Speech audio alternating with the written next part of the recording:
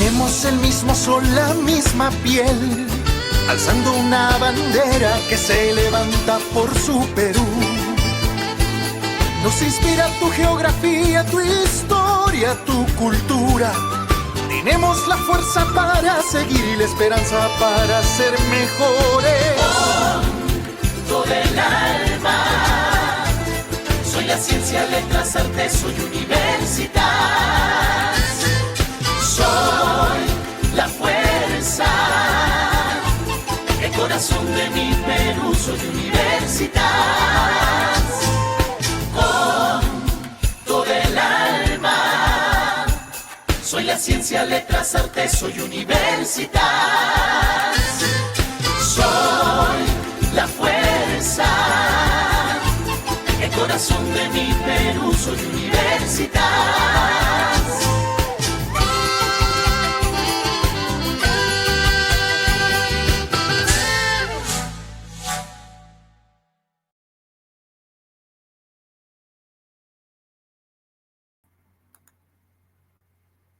Buenas noches.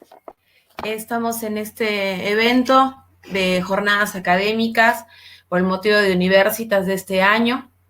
Y bueno, en nombre del Departamento de Psicología de la Universidad Católica San Pablo, les doy la bienvenida a todos ustedes a este evento que lo que busca es promover la visibilidad y el desarrollo de las investigaciones, no solamente al nivel de posgrado, de nuestros profesores, que claramente resaltan, sino también a nivel de pregrado, ¿no? Con justamente trabajos desde los cursos de investigación, en esta oportunidad los cursos de tesis 1, de tesis 2, y vamos a tener la presentación de 3 investigaciones que han sido seleccionadas justamente por el alto nivel que han mostrado alumnas que desde toda su formación conocemos su trayectoria académica, orgullosas se puede presentarlas en este evento y contar también con la presencia de un par de panelistas de lujo que ya en un momento los podrán ver. Entonces ahora le quiero dar pase a nuestra primera ponente, que es Clarisa Cava Sueiras, que ha desarrollado el trabajo de investigación Resiliencia del cuidador primario de niños con trastorno del espectro autista. Ha hecho una revisión teórica. Tenemos 15 minutos para poder escuchar su ponencia y luego recibiremos los comentarios y retroalimentación de nuestros panelistas. Le doy paso entonces a Clarisa. Buenas noches, gracias por esta oportunidad.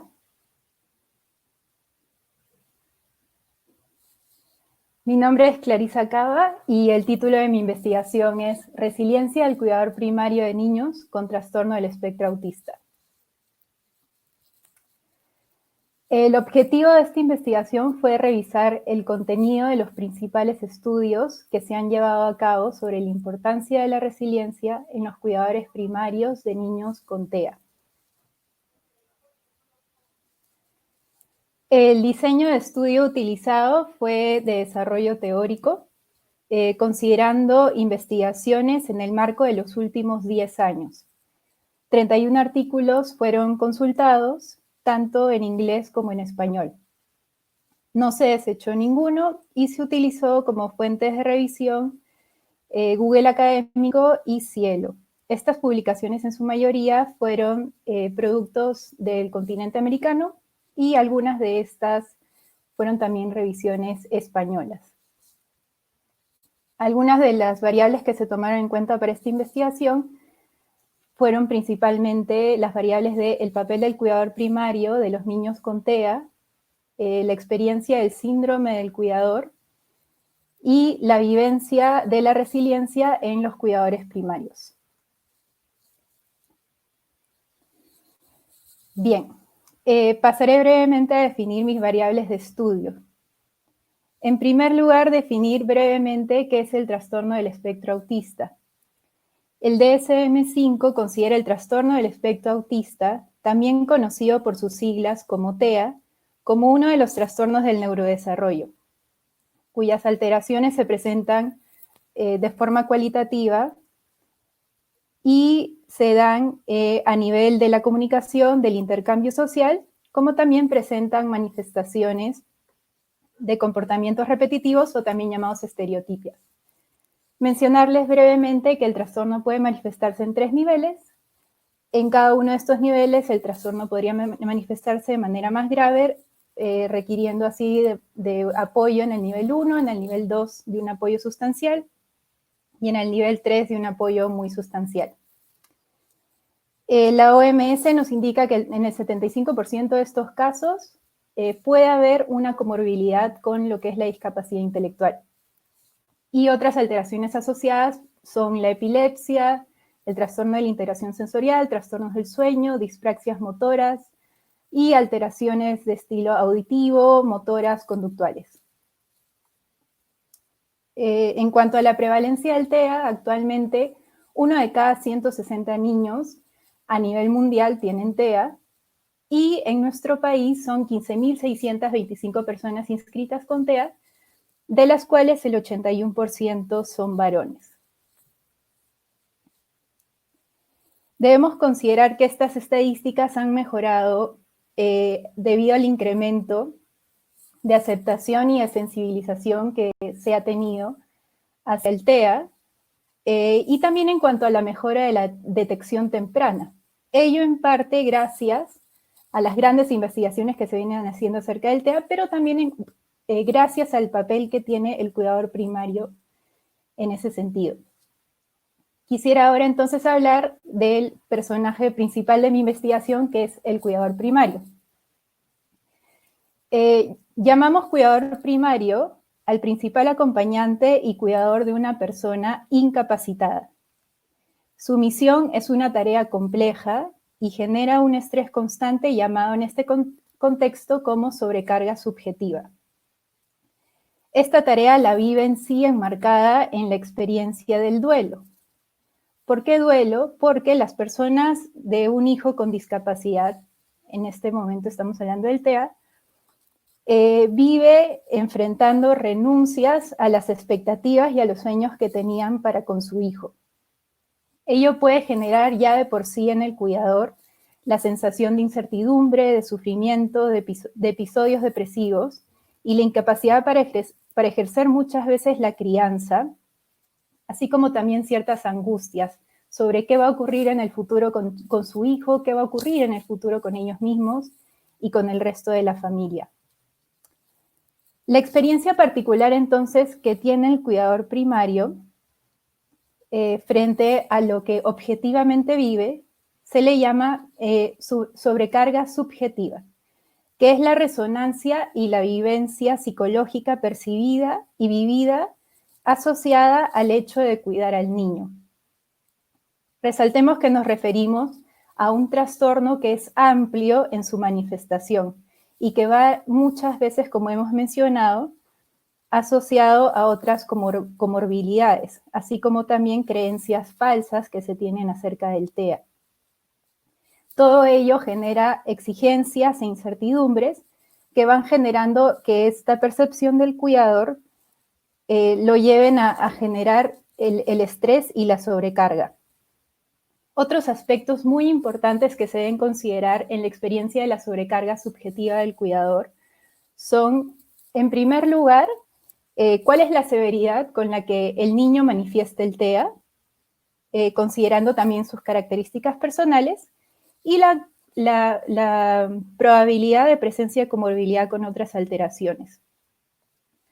El segundo aspecto a considerar en por qué podría darse la sobrecarga subjetiva es en las características personales del cuidador primario, porque podríamos encontrarnos con una persona que tiene que encargarse de este cuidado y que de por sí tenemos que considerar cuál es su nivel de formación, cuáles son los conocimientos que este cuidador tiene sobre el trastorno, cuál es su estado de salud actual, cuál es su capacidad de regulación emocional, su formación en valores, su nivel cultural, estrategias para hacer frente al estrés, su estilo de crianza, entre otras variables.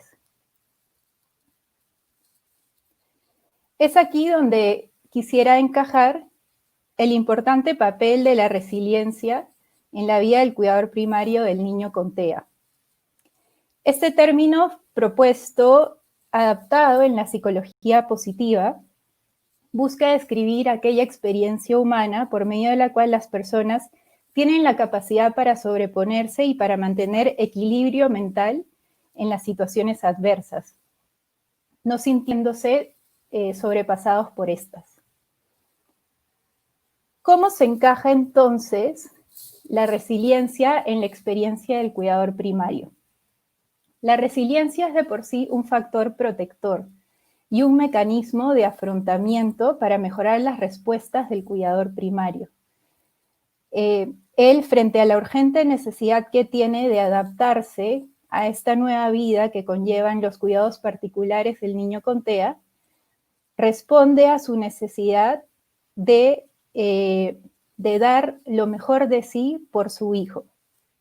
La respuesta resiliente lo invita a buscar, tanto en sus propias reservas personales, la fuerza, la motivación interior, así como también la búsqueda de apoyo externo en familiares, especialistas y también en la sociedad en la que vive. Asimismo, el acceso a la información y a los tratamientos pueden ser una manera eficaz para percibir el soporte que tanto necesitan los cuidadores primarios de niños con TEA.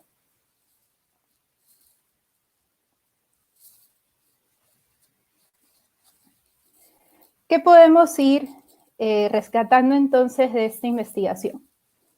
La experiencia del cuidado de un niño con TEA exige una alta complejidad y exigencia por parte del cuidador primario. Ya hemos mencionado las características particulares que conllevan al cuidado de estos niños. Ello genera la experiencia de sobrecarga subjetiva frente a lo objetivo de la dificultad que es este cuidado. Ello trae repercusiones en la salud tanto física como mental del cuidador primario. Y esta afectación no queda solo en cuanto a nivel personal, sino que puede tener repercusión a nivel de sus relaciones interpersonales, dígase su familia, amigos y la relación que él pueda tener en sociedad. Desarrollar por ello la resiliencia permite operar como un factor protector en la vida del cuidador ante esta situación que es de por sí estresante. Y si bien, creo que esto es muy importante, si bien esta no es la solución o no es la cura para el trastorno del espectro autista, podemos afirmar que sí servirá como una herramienta para ayudar a que el sufrimiento, las emociones negativas, las preocupaciones e incertidumbres que vive el cuidador primario sean poco a poco revertidas y de esa manera superadas. Es importante forjar la resiliencia de manera temprana. Y si bien este es un beneficio directo para el cuidador primario, ya que cuida de su bienestar y salud mental y emocional, también será un beneficio para el niño con TEA, así como también para el resto de su familia y del entorno del cuidador. Todo aporte y apoyo en ese sentido tendrá un beneficio doble, contrarrestando la sobrecarga subjetiva del cuidador primario para que de esa manera él logre cumplir con su labor y con las grandes responsabilidades que él tiene, contando con el apoyo que él necesita. De esta manera, favoreciendo la resiliencia en el cuidador primario, podríamos decir también que se favorece el proceso de detección temprana y de diagnóstico del TEA, lo cual dentro de este trastorno es de vital importancia, pues mientras más temprano se dé la detección y el diagnóstico, mejor podrá ser la intervención. Y las consecuencias de la intervención temprana en este caso son muy necesarias y muy importantes. Esta detección temprana tiene como consecuencia la posibilidad de mejoras significativas en las habilidades funcionales de la comunicación y funcionamiento intelectual del niño. Ese es el gran beneficio que podríamos decir.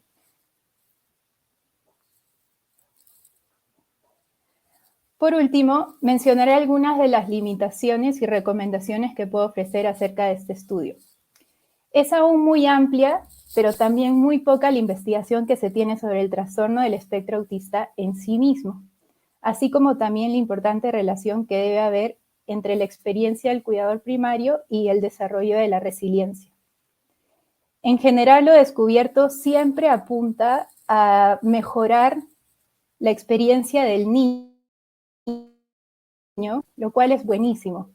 Pero es importante no dejar de lado la experiencia de la familia, especialmente la experiencia del cuidador primario. La intervención, en todo caso, de trastorno del espectro autista tiene que ser con la familia y con el entorno del niño. Por ello, trabajar con el cuidador primario es fundamental. Aún es importante llevar a la práctica la intervención y el trabajo con el cuidador primario y el desarrollo de su resiliencia. No se halló con facilidad investigaciones que evidencien aún la concreción de ello. Y para finalizar, algunas recomendaciones. Es importante que los profesionales que trabajen en estos entornos puedan, por su parte, favorecer el desarrollo de la resiliencia en el cuidador primario, preparándolo para llevar consigo una gran herramienta de por vida que les pueda ayudar a hacer frente a las adversidades y así sobrellevar todo el proceso de manera saludable y triunfante. Se propone también la elaboración de herramientas adaptadas, por ejemplo, la escala de resiliencia de Wagner y Jung, que es tan conocida y adaptada a nuestro entorno. Se sugiere que pudiera ser adaptada a la población de los cuidadores de niños con TEA, que pueda ayudarnos a realmente medir cómo están sus niveles en la vivencia de la resiliencia.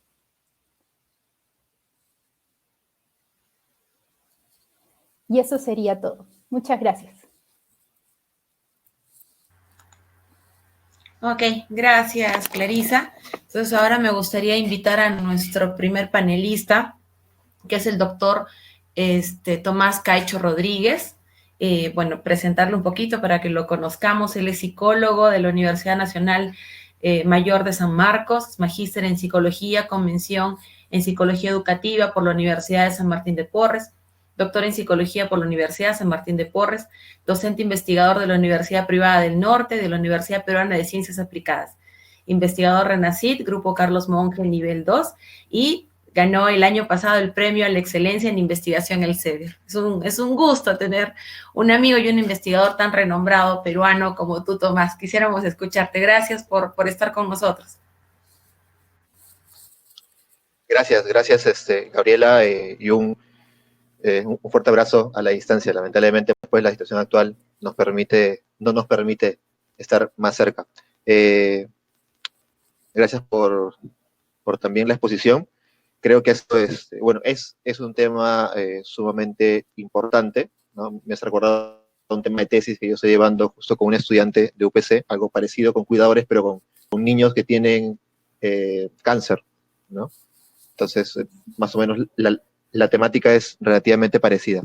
Pero bien, algunos comentarios generales acerca del trabajo a nivel primero metodológico, ¿ya? Si bien tú mencionaste que es un estudio teórico, ¿ya? Al tú seleccionar literatura, ¿no? Porque es lo que yo he entendido, ¿ya? Al seleccionar literatura, artículos en español, en inglés, etcétera, acerca del tema, ya me corregirás si un poco, de repente escúchame. Y creo que faltaría mostrar un poco más los criterios, porque tú has mencionado, por ejemplo, ya artículos en inglés, artículos en español, obviamente toquen directamente el tema, pero ¿qué otros criterios? Por ejemplo, hay un criterio temporal, me refiero a un determinado periodo de tiempo, por ejemplo. Eso es importante poder verlo, es decir, has revisado solamente los 10 últimos años, los 5 últimos años, no logré escucharlo, de repente se me fue, de repente está en el documento mucho más extenso. Sí, el marco, digamos, fueron los 10 últimos años. Ya, perfecto. Entonces sería bueno hacerlo más explícito. ¿Y qué otros criterios más, por ejemplo? Es decir, solamente artículos empíricos, o también artículos de revisión, o letters, o artículos breves, ¿no? Es decir, todo eso hay que tener bien claro, ¿no? Eso ya lo convierte como una especie de revisión sistemática, en realidad, para ser un poco más específico, ¿no? En ese sentido, en la exposición, ¿no? Me baso solamente en la exposición, porque yo no tengo el documento extenso en el cual de repente se escrito un poco más, me baso solamente en la exposición. En la exposición como que he sentido más que todo cuestiones mucho más teóricas, es decir, qué es la resiliencia, ¿no? Cuál es el contexto, etcétera, y luego una pequeña discusión acerca de cuáles son los niveles de resiliencia, la importancia, los aspectos en los cuidadores, ¿ya? Pero lo que no se ha visto un poco, y creo que se podría mejorar para una próxima presentación, es, pero esa discusión, ¿de qué resultados vienen? Es decir, tú has revisado cuántos artículos, y esos artículos, qué resultados has obtenido, ¿ya? Y cómo los has integrado para poder llegar a una conclusión y luego discutirla, ¿sí? Entonces, creo que ese proceso es importante, ¿no? Yo sé que es una cuestión de tiempo también, ¿no? Donde no se puede presentar todo de repente, pero es bueno ver cuál es el proceso, es decir, cuántos artículos al final han quedado, de qué idiomas son, si la mayoría son en inglés, la mayoría son en español, de qué países, ¿ya? Generalmente solamente se revisan artículos empíricos, una revisión teórica, ¿no? Para poder sacar ciertas conclusiones, ¿ya? Pues eso como que no ha quedado un poquito claro, de repente se puede mejorar, ¿ya? Una última cosa, justo en lo último que tú mencionabas acerca de unas recomendaciones, como por ejemplo, validar esta escala de resiliencia que es muy conocida, la de Walding y Jung, ¿no?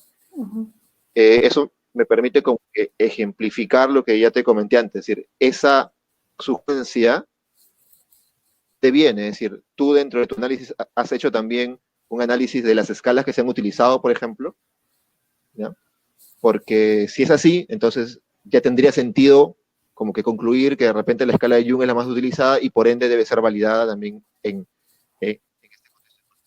Ahí tendría sentido. Pero si no es así, como se queda muy en el base, muy en el aire, es decir, ¿de dónde viene esa limitación, esa sugerencia? ¿Ya? Entonces, son cuestiones así que creo que podría empoderar mejor, repito nuevamente, la presentación, porque me baso en la presentación, más no en un documento extenso, ¿ya? Creo que podría mejorar para entender un poco el proceso que ha llevado o que te ha llevado a poder llegar a esos resultados y a una discusión muy interesante. Eso básicamente. Por otro lado, felicitarte, es un poco difícil también trabajar con ese tipo de muestras, así que creo que es lo que necesitamos, y además es muy bueno realizar revisiones sistemáticas en nuestro país. Gracias. Por mi parte, eso es todo. Perfecto. Muchas gracias, Tomás. Y bueno, ahora quisiera invitar a nuestro otro panelista a que pudiera darnos sus apreciaciones. Él es el magíster Óscar Vélez García, es neuropsicólogo, psicólogo clínico acreditado, magíster en neuropsicología clínica y en psicología clínica, académico e investigador de la Escuela de Psicología de la Universidad Católica del Norte de Chile y un gran amigo. Bienvenido, Óscar, muchas gracias por estar con nosotros, te escuchamos. Hola, buenas noches a todos y todas. Gracias, Gabriela, por la presentación. Sí, Clarisa, bueno, primero agradecerte la disposición a compartir lo que hiciste como trabajo. Creo que estas instancias no son muy comunes a nivel de pregrado y es interesante que puedan desarrollarlas. Y ahora, de la exposición, lo primero, claro, para no redundar tanto, comparto con lo que decía previamente Tomás. Sería interesante poder aclarar de manera más concreta cuáles han sido los criterios de inclusión de los artículos, no olvidando que los artículos son la muestra de tu estudio, ¿sí? No es realmente los niños y las niñas con TEA, no es realmente los cuidadores ni las cuidadoras, sino que son los artículos que revisaste, ¿no? Entonces, si bien probablemente no estaba buscando hacer un metaanálisis, sí una revisión sistemática implica poder aclarar con mayor detalle cuáles fueron los criterios de inclusión de esa revisión. Porque sin duda es un tema bastante interesante e importante de abordar, y en ese contexto también es una cuestión ya personal de práctica clínica, que es importante también cuidar a veces el contexto lingüístico en el cual estamos desarrollando la explicación o la exposición sobre la temática, ¿sí?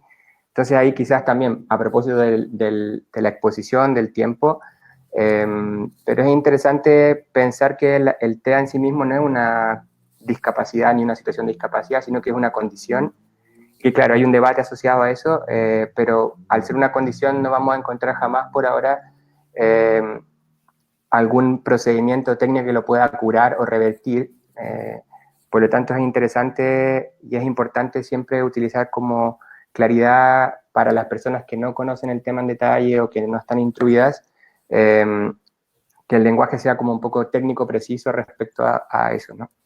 Creo que es importante que de alguna manera contextualizas la prevalencia primero a nivel local en Perú, y quizás también hubiese sido interesante mostrar desde el plano global al plano más local cómo es que la investigación ha aportado a la comprensión del problema específico que nos plantean, ¿no? Que es la resiliencia de cuidadores y cuidadores principales. Y ahí también creo que es importante como hacer un salto epistemológico en cómo nos relacionamos con la problemática. Porque como tú bien nos expones, es difícil encontrar investigación latinoamericana que tome la temática, y ahora bien, en los últimos tiempos, en los últimos años, diría yo, últimos 5 años, se ha intentado que el rol del cuidador o cuidadora principal esté cruzado por la perspectiva de género, por ejemplo, por una perspectiva comunitaria, y entonces es interesante pensarse en los estilos de afrontamiento de la familia que está involucrada con una persona en la condición de TEA, más que solo el cuidador o cuidadora principal, porque podría ser un efecto paradójico en el que trabajamos clínicamente con esta persona para que desarrolle, como tú nos planteabas, la resiliencia como un elemento importante en el acompañamiento del niño o la niña, pero al mismo tiempo el sobrecargarle con mayor responsabilidad o tareas, el rol de cuidadora, también genera un efecto adverso. Entonces, en general se ha visto en las últimas investigaciones que trabajar con los estilos de afrontamiento familiar frente a la condición de TEA es mucho más favorable para que la familia no se estanque en su desarrollo, en el ciclo familiar, y también se favorezca entonces el tratamiento, la intervención que se pueda hacer con el niño o la niña. Porque también hay un problema que, si bien no es desde el punto de vista clínico ni de la neuropsicología, sino que es más bien de la psicología social, es que podrías haberte dado cuenta tú que hay una feminización de la crianza en general, ¿no? Hay una feminización del cuidador, o de la cuidadora, entonces. Entonces también es importante problematizar eso. Es súper importante problematizarlo, y una forma de problematizarlo es hablar entonces del afrontamiento de la familia frente al tema. Y también es interesante que de alguna manera nos intentas comentar como cuáles podrían ser las implicancias, las recomendaciones para los profesionales y las profesionales que trabajan con esta problemática.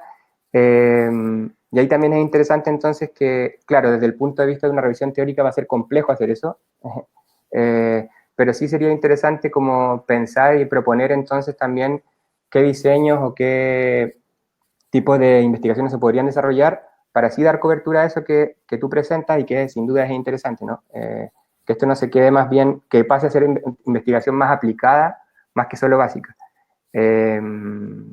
Y bueno, eso, nuevamente felicitarte, y si es que sigues trabajando con la temática, creo que podría ser un aporte un poco mirarlo desde una perspectiva más sistémica, más ecológica, y no solo tan unidireccional o tan positivista, que un poco es lo que también ha reportado cuando las familias o las cuidadoras van a tratamiento o reciben atención psicológica, ha reportado mayor eficacia terapéutica y mayor desentrampe familiar el abordarlo desde una perspectiva más, como te decía antes, sistémica. Sistémica.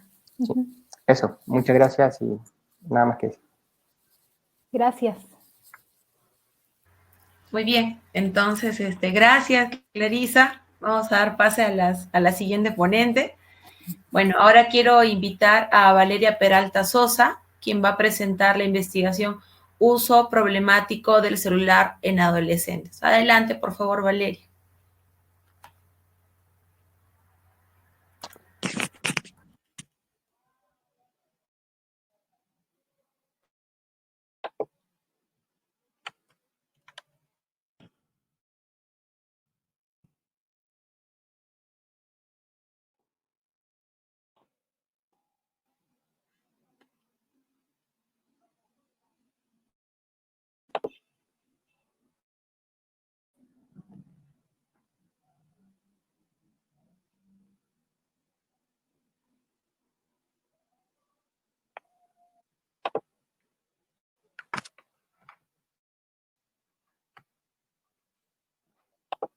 Muy buenas tardes con todos. Em, Mi nombre es Valeria Peralta. El día de hoy yo voy a presentarles la exposición del uso problemático del celular en adolescentes, que es el trabajo que yo realicé para mi tesis de bachiller. Es una revisión teórica. Bueno, con el paso de los años hemos visto grandes cambios en la tecnología, principalmente en las famosas TIC, que son las tecnologías de información y de comunicación, que han representado un significativo avance en todo el mundo, ¿no? Y uno de los aparatos más relevantes que se ha creado justamente el celular dentro de estas tecnologías de información y comunicación. Bueno, el celular es un aparato electrónico que ha traído grandes ventajas a toda la población en general, pero que se ha visto principalmente muy arraigado en los adolescentes, en casi toda su vida, en varios aspectos de ellos. Y ya no es considerado un simple aparato de comunicación como antes, sino también un instrumento con creciente complejidad que impacta en la vida de las personas. Los adolescentes presentan una mayor vulnerabilidad debido a que se adaptan con mayor facilidad a estas nuevas tecnologías. Como sabemos, la adolescencia es una etapa de transición en la que... Uy, perdón.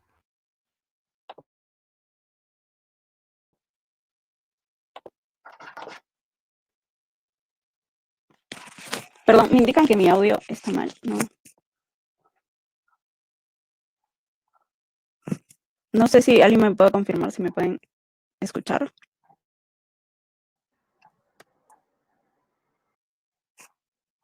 Ahora se puede escuchar mejor, no sé si me pueden... Sí, vale, se escucha un poquito entrecortado. Se te escucha, pero un poquito entrecortado. Entrecortado. Ahora se escucha mejor, no sé si... Sí, está más claro. ¿Todavía se escucha entrecortado? No, ya se te escucha bien. Podemos continuar. Ok. Bueno, como les decía, bueno, sabemos que la adolescencia está considerada como una etapa en donde hay constantes cambios en sus diferentes dimensiones, ¿no? Biológicas, físicas. Y en los artículos, en las investigaciones que he encontrado, muchas coinciden también en el incremento de la impulsividad, la rebeldía, la mayor vulnerabilidad tanto psicológica como emocional, mayores conductas de riesgo, y que justamente estas cosas llevarían a que sea una etapa en la que puedan desarrollar adicción. Bueno, el objetivo de mi investigación es revisar la información acerca de las consecuencias negativas del uso del celular en los adolescentes. He hecho una búsqueda de diferentes bases de datos, tanto en PubMed, Redalyc, Cielo, ScienceDirect, Google Académico y repositorios de diversas universidades en el mundo. Me he centrado en buscar los artículos que analizan principalmente la problemática del uso del celular, no aspectos positivos. También trabajos en los que se haya realizado los últimos 10 años en el mundo y trabajos realizados tanto en español como en inglés. El rango de edad que he elegido es de 10 a 21 años. ¿Y debido a qué? Bueno, la UNICEF habla de que hay una etapa temprana y tardía en la adolescencia, que va de un rango de 10 a 19 años. Sin embargo, en los artículos que yo he encontrado, abarcan también hasta una edad de 21 años y se basan en que en los últimos años se ha observado que la adolescencia tiene una forma mucho más tardía que hace muchos años atrás, debido a que posponen sus metas, no están seguros de qué es lo que quieren realizar, tienen constantes cambios en su futuro, sus carreras, y tienen mucha dependencia hacia sus padres, ¿no? Hice una revisión total de 152 artículos y, bueno, por diferentes aspectos he descartado por no abarcar la muestra, por ser resultados poco relevantes, por que algunos artículos se pagaban, estaban en otro idioma y, ay, perdón, disculpen. No sé. No. Bueno, habían artículos incompletos y al final me he quedado con 38 artículos, de los cuales 34 son experimentales, 3 de revisión teórica y 1 de una adaptación de instrumento. Bueno, en cuanto a los resultados, en general la mayoría de los estudios indica que más del 95% de las muestras tomadas posee un celular, principalmente en países europeos y esencialmente en España, que es el país en donde se ha realizado más investigaciones respecto a este tema. En países como Asia, China, Taiwán, Corea, este porcentaje es mucho mayor, llegando a veces al 100% de adolescentes que poseen el celular. Y en América, en Latinoamérica, este porcentaje es menor, siendo de 78%, 88%. Y también, bueno, en el celular lo que más se utiliza son las aplicaciones. Las aplicaciones que más he visto que los adolescentes descargan es el WhatsApp, el Facebook y dentro de este el Facebook Messenger. Ahora hemos encontrado una diferencia en cuanto al sexo. La mayoría de estudios indica que son las mujeres quienes tienen un mayor uso problemático del celular, más que los varones, y que lo utilizan principalmente para la comunicación, se centran en ver si tienen mensajes, llamadas, también lo utilizan para evitar estados de ánimo no placenteros. Esto se ha visto tanto en hombres como en mujeres, pero se ve mucho más en las mujeres. También refieren que les costaría bastante desprenderse del celular, lo que indica que hay una mayor dependencia hacia este. Y también presentan mayores gastos, lo cual esto llevaría también a problemas con los padres debido a este alto consumo. Igualmente presentan mayores consecuencias emocionales negativas. Un aspecto importante que quería resaltar es de que en un estudio en Corea se indicó de que las mujeres que sienten una mayor satisfacción con sus logros académicos presentan una mayor dependencia, una menor dependencia. En Perú no he encontrado muchos artículos, muchos trabajos de investigación. En los que he podido encontrar, no se han encontrado diferencias significativas y en otros se ha encontrado de que el varón es quien presenta una mayor dependencia hacia el celular. Ahora, en general, el uso problemático del celular coincide en la mayoría de los artículos en que ya se considera un uso problemático pasadas las 3 horas diarias que se utiliza. De 1 a 3 horas se considera un uso moderado, pero en realidad también esto varía mucho. Hay trabajos que hablan de que es más de las 5 horas, u otros ya lo consideran a partir de las 2 horas. También aquí los porcentajes son muy variados. En España se ha hallado de que hay un uso problemático del 2.8% hasta un 10.4%. En ciudades, en países de Asia, como en China, sí el porcentaje es mucho mayor, llegando hasta un 85.9% que tienen un uso problemático del celular y un 27.1% en adolescentes que ya presentan una adicción al celular. Cuanto a los problemas familiares y académicos, se ha encontrado que más del 40% de los adolescentes refiere que sus padres no tienen un control acerca del uso del celular. Y los autores, la mayoría de ellos indica que el control parental, tanto fuera como dentro del hogar, es un factor muy importante para que se pueda reducir el uso problemático del celular.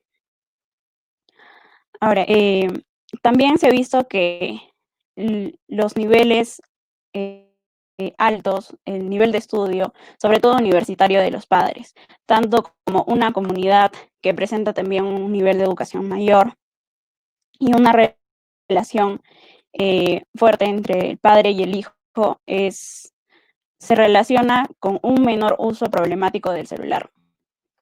Asimismo, se ve que a un mayor rechazo de los padres, se ve una mayor discriminación percibida por ellos y asimismo también aumenta el mayor uso problemático del celular. También se ve relacionado con un menor compromiso escolar, también mayores problemas escolares, un menor aprendizaje y también con niveles altos de procrastinación académica. En cuanto a las alteraciones psicológicas, problemas de salud física y mental, sobre todo los artículos hablan acerca de que se relaciona con una elevada ansiedad, una mayor depresión, que es en lo que más coinciden, los problemas que más se ven, pero también se ha visto que está relacionado con un desajuste en el manejo del estrés. Igualmente, se puede observar que se relaciona con el consumo de alcohol, de drogas, de cigarrillos, entre otros, ¿no? Un factor importante también que se ha encontrado es el hecho de la baja calidad de sueño, ya que los adolescentes constantemente utilizan el celular hasta altas horas de la noche y la calidad de sueño baja, llegando incluso a tener altos síntomas clínicos como fatiga durante el día, síndromes oculares, disfunciones corporales.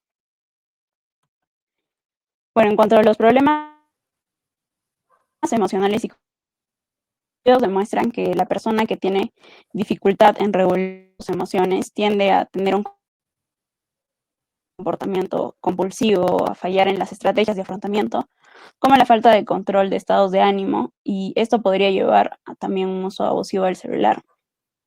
Los adolescentes que han presentado un uso problemático del celular también muestran más dificultades para establecer estrategias de regulación cognitiva y emocional. Igual el uso de estrategias de afrontamiento ineficaces se da principalmente por situaciones de estrés que llevarían a un uso abusivo de los celulares y para compensar estos sentimientos o pensamientos negativos. Un estudio que se dio en Argentina se encontró que a un mayor uso del celular había un menor control inhibitorio. Entonces la adolescencia, según algunos estudios, se ve que es una etapa en la que todavía las funciones ejecutivas no están en un completo desarrollo. Algunos estudios indican que, por ejemplo, la parte prefrontal, que es la que está relacionada un poco con lo que es las adicciones, que se ve muy afectada, se termina de desarrollar hasta los 20 años e incluso dicen que hasta los 25 años de edad, por lo cual esta etapa podría estar relacionada con el hecho de que ellos presentan una dificultad de resistir a la fascinación hacia las tecnologías y no logran evitar que éstas interfieran con la realización de otras actividades. Bueno, entonces, como hemos visto, el mayor porcentaje es de 95% que poseen un celular a nivel mundial, variando en diferentes lados, pero este es el porcentaje de mayor, que mayor se ha encontrado en los artículos.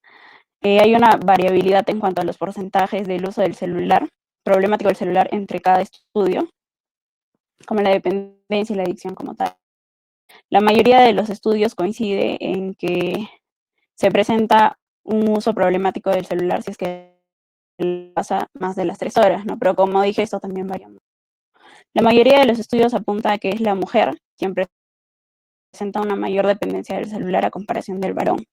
También se ha visto que el uso problemático del celular está relacionado con depresión, ansiedad, estrés, baja autoestima, emociones negativas, consumo de sustancias, también las autolesiones y la angustia psicológica y también con la calidad de sueño. El papel de los padres y también de los maestros es muy importante para que se pueda controlar este uso problemático que tiene el adolescente hacia los celulares. Las funciones ejecutivas como el control inhibitorio pueden verse afectados debido a este problema. Una relación negativa del uso problemático del celular con el control de inferencias. Y este sería un factor de riesgo para que el adolescente pueda desarrollar a futuro una adicción.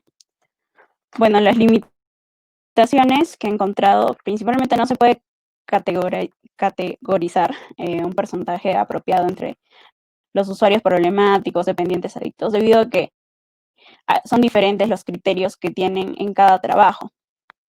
Igualmente, algunos artículos encontrados tenían que ser comprados o estaban incompletos, y esto dificulta la profundización de la investigación. En el Perú, en verdad, he encontrado muy pocos artículos que hablan acerca de este tema, y principalmente que se centren en la población adolescente, porque se centra más en una población universitaria. Y bueno, las recomendaciones son es que se realicen muchas más investigaciones para comprender también si las variables se relacionan en cuanto a causa o consecuencia, ¿no? Porque esto es lo que no, no especifican muy bien la mayoría de artículos. Las investigaciones también de uso problemático del celular relacionadas con problemas emocionales, habilidades sociales y también neurocognitivos, que son los que menos he encontrado.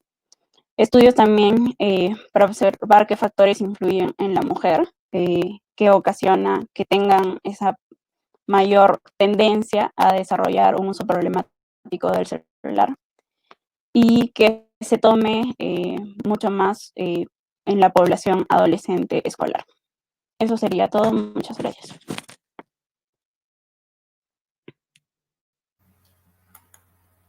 Bueno, Valeria, muchas gracias por la exposición. Entonces, ahora me gustaría invitar a nuestro panelista Tomás Caicho una vez más para que pudiera darnos algunas observaciones y también hacerte algunas preguntas.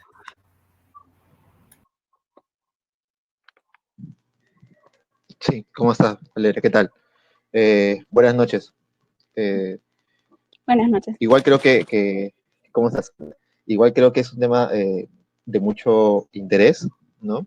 De mi parte, algunos comentarios. Bueno, la metodología me ha parecido adecuada. Has mencionado, pues, la base de datos que has utilizado, eh, los criterios, el diagrama de flujo, que a veces que es muy importante tenerlo en consideración para tener, pues, una visión general de todo el proceso. Eso nos ayuda bastante a visualizar todo lo que has hecho, lo cual a mí me parece genial, ¿no? Y bueno, como tú al final decías, ¿no? Es decir, no hay muchas investigaciones sobre, sobre este tema en el Perú, ¿no? Quizás hay más con adicciones eh, a internet o cosas por el estilo que he visto por ahí, pero no básicamente con el uso del celular, ¿no? En ese sentido, y teniendo en consideración la revisión que tú has hecho, por ejemplo, una pregunta salta a mi cabeza, ¿no? ¿Cuáles podrían ser algunas, así, estimaciones, o cuál podría ser la problemática que tú animarías a hipotetizar respecto a este tema en nuestro país específicamente, teniendo en consideración los datos, los porcentajes y las cosas que tú has averiguado, ¿no? Como un juego mental, ¿qué tú hipotetizarías con respecto a esta problemática en nuestro país? Bueno, muchas gracias por su comentario y su pregunta. Los estudios y los problemas que más he encontrado aquí en el Perú que se han abarcado son principalmente los académicos, ¿no? Por ejemplo, lo que hablaron acerca de la procrastinación era una de los trabajos que encontré, y yo creo que este también es un factor muy importante, sobre todo en nuestro país. Asimismo, como también los problemas familiares, cómo se pueden relacionar. Pero ya que hay, bueno, algunos trabajos debido a esto, me gustaría ver de que se realicen muchos más trabajos, tal vez en la parte neurocognitiva, en el país, qué es lo que, bueno, no solo a nivel mundial he visto que es muy poco respecto a este problema, sino principalmente en el país. En el país no he visto casi nada y en Latinoamérica tampoco hay mucho, ¿no? Entonces estos serían los aspectos que yo considero que podrían ser más relevantes. Claro. Podrían ser aún más relevantes, por ejemplo, en un contexto como el que estamos viviendo. Claro, por supuesto. Debido a la pandemia, justo escuchaba unas charlas que hablaban de que, bueno, en esta pandemia ha abierto muchos espacios, ¿no? Para que tanto o se pueda salir de ciertos problemas o mucho más adentrarse. Y claro, el uso del no es un aspecto aparte de esto, ¿no? Entonces, sí hay como un debate de que o debido a que las personas tienen más tiempo, debido a que se crean espacios más vacíos, los adolescentes se han podido introducir mucho más en el uso del celular, con el famoso TikTok también, u otras aplicaciones que están saliendo últimamente, o también dejar de lado esta tecnología y centrarse en otras cosas, ¿no? Estudios, el arte o diferentes otros aspectos. Entonces sí sería bueno de que se haga investigaciones en cómo ha sido este cambio, qué aspectos han cambiado, ¿no? Antes de la pandemia, después de la pandemia, durante la pandemia. Sí, perfecto. Totalmente de acuerdo contigo en ese aspecto. Gracias, muy buen trabajo en realidad. Gracias.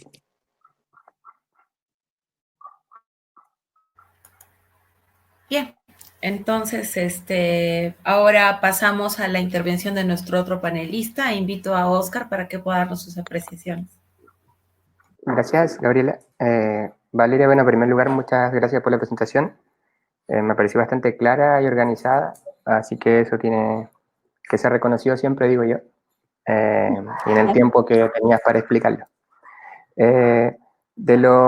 Más bien primero de lo genérico, porque tu exposición me llevó a un par de reflexiones que son las que quisiera preguntarte en un momento más. Quizás es interesante pensar, más que como una limitación, que algunos artículos no hayan sido gratuitos, pensarlo mejor como un criterio de inclusión, más que sean artículos gratis, disponibles en ciertas bases de datos, más que como una limitación, porque de alguna otra manera las limitaciones están apuntadas principalmente al proceso de investigación, más que como bueno, podría ser un problema de muestreo, pero claro, habría que definirlo desde mi punto de vista mejor como un criterio de inclusión. Creo que fue interesante ese flujograma, comparto eso, quedó muy claro un poco cómo hiciste esa selección y el monitoreo de tu muestra, ¿no?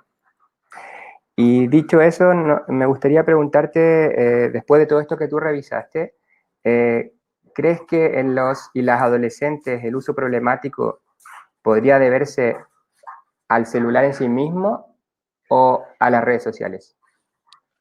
No. Muchas gracias por su aportación y su pregunta.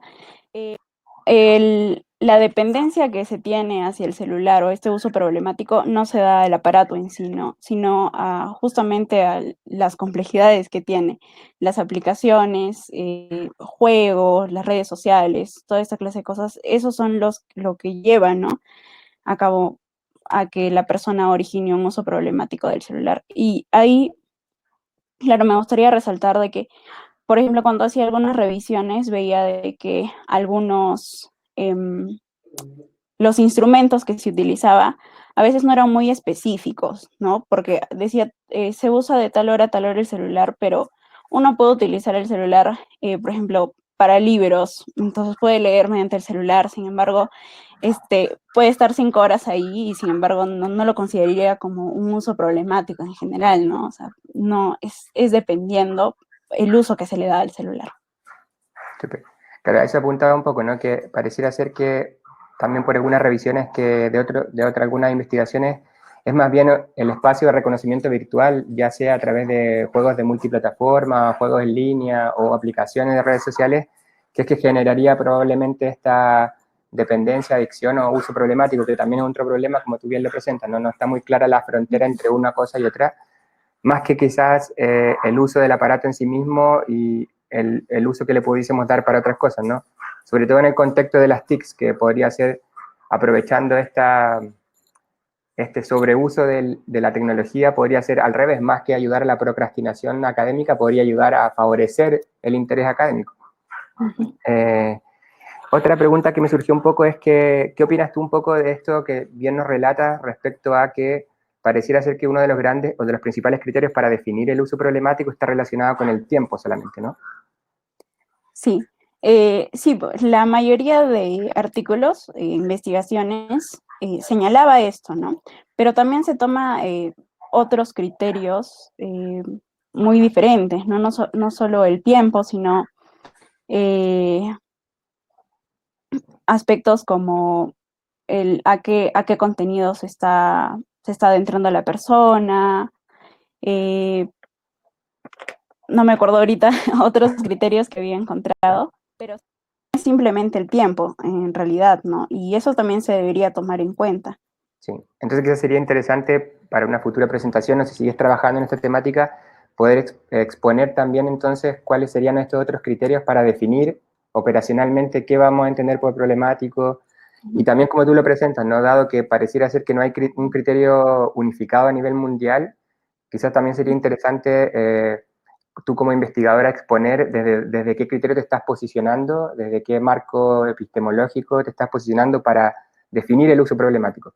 Independiente que probablemente hayan diferentes opiniones, pero al situarte tú como investigadora en un marco particular, le queda claro a la audiencia o a los lectores o a las lectoras un poco, ok, ¿qué vamos a entender entonces? Independiente que puedan haber otras opiniones u otras concepciones.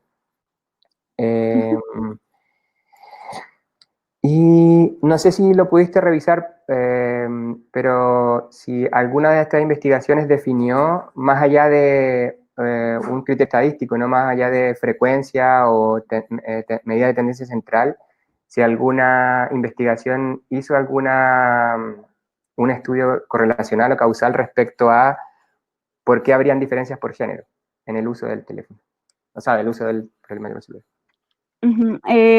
Ahorita no recuerdo exactamente si había alguna. Tendría que revisar en realidad, porque en realidad casi todas hablaban, ¿no? De esa diferencia de género que hay, pero si era causal, Claro, porque es interesante. no lo tendría ahorita. Es interesante pensar un poco también en cómo, revisando el muestreo que cada una de esas investigaciones hizo, si había representación estadística de la población que estaban tratando de investigar.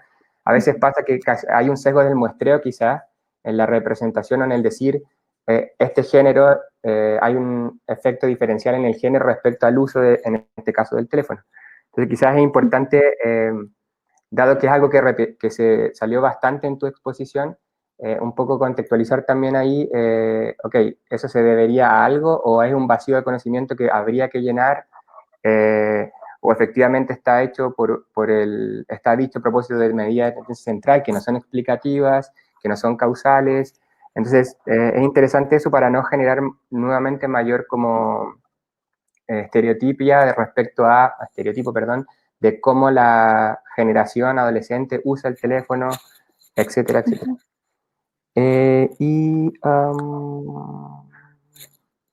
Sí, también me pareció un hallazgo que mencionaste por ahí, no me acuerdo si fue en Japón, en China, interesante, que decía esto de a mayor cohesión o mayor cercanía en la relación parento-filial, pareciera ser que los o la adolescente usan menos el teléfono, pero me pareció que la relación era como género masculino. No sé si entendí bien esa parte. Y también un poco a qué crees tú que se debería eso, ¿no? Porque puede ser un hallazgo particular, pero también está hablando en lo particular de un fenómeno social, ¿no? No, se refiere a padre-hijo como General. figura parental y los hijos, ¿no? Sí, en general. Vale. Y... Entonces, no, dime. Perdón, no, sí. No, tú. No, le quería preguntar, me preguntó algo más. Sí, entonces, ¿a qué tú crees que se puede deber un poco en base a todo esto que nos has comentado?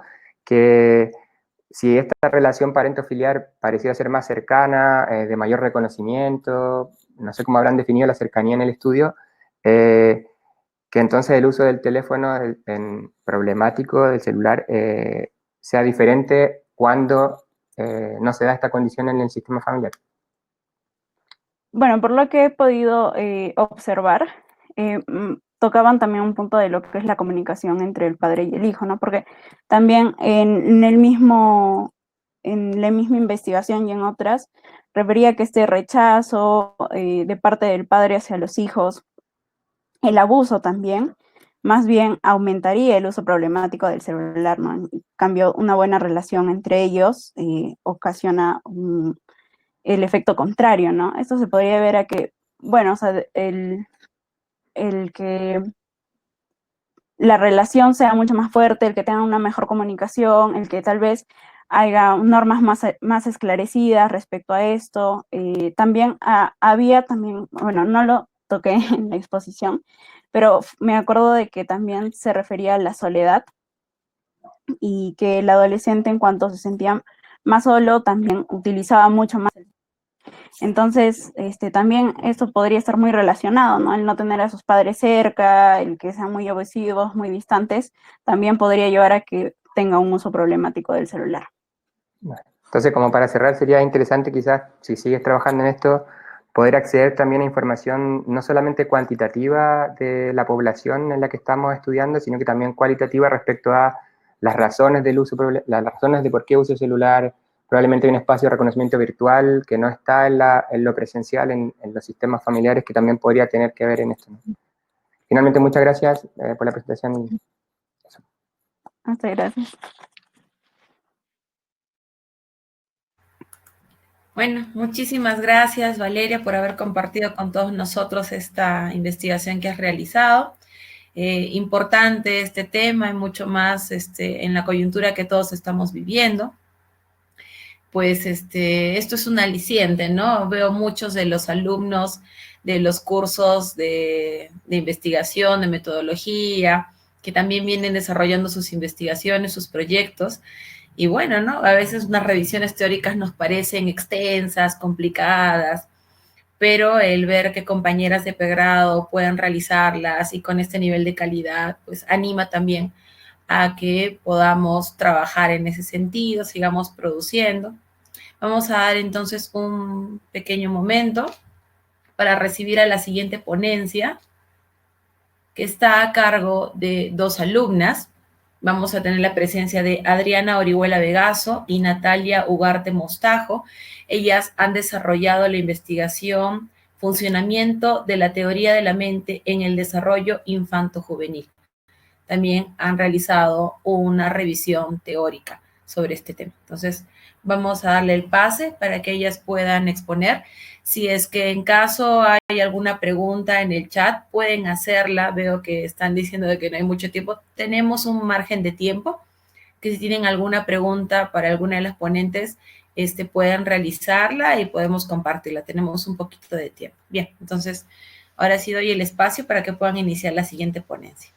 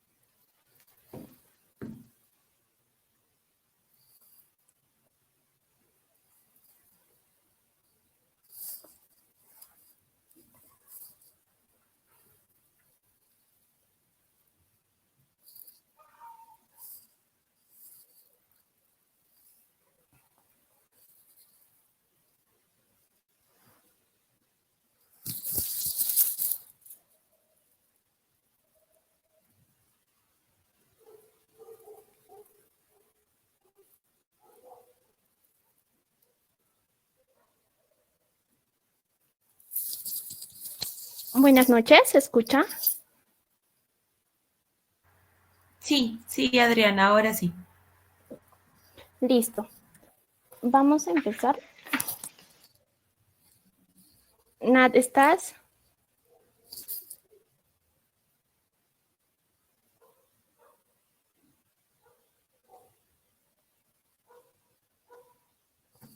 Bueno, vamos a empezar, ¿sí? Nuestro tema es el funcionamiento de la teoría de la mente en el desarrollo infanto-juvenil, una revisión teórica. Nuestra exposición, bueno, la elaboración de nuestra tesis de bachiller estuvo a cargo de mi compañera Natalia Ugarte Mostajo y de mi persona, Adriana Orihuela Vegas. Empezamos con el capítulo 1 sobre el planteamiento del problema. Hola. Sí, Nat.